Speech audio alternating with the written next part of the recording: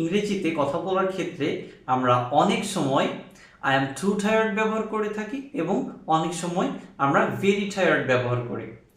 এখন প্রশ্ন হচ্ছে কখন টু বসবে এবং কখন ভেরি বসবে। তাহলে আমরা যখন কোনো একটা কাজ করতে করতে অনেক বেশি পরিমাণে ক্লান্ত হয়ে যাব, আমার দ্বারা সেই কাজটা করা সম্ভব হবে না, তখন আমরা টু এর ব্যবহার করব। এইরকম সিচুয়েশনে আমরা বলতে পারি আই অ্যাম টু টায়ার্ড। এর অর্থ হচ্ছে আমার দ্বারা ওই কাজটা আর একেবারেই করা সম্ভব হবে না।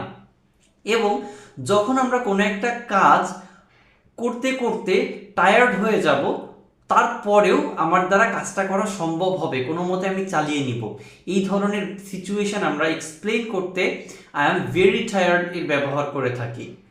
এই ধরনের আরও ইম্পর্টেন্ট রুলস শিখতে স্পিক্স ফর ফিউচারকে ফলো দিয়ে রাখো, যেন আমাদের পরবর্তী ভিডিওগুলো সবার আগে তোমার কাছে পৌঁছে যায়।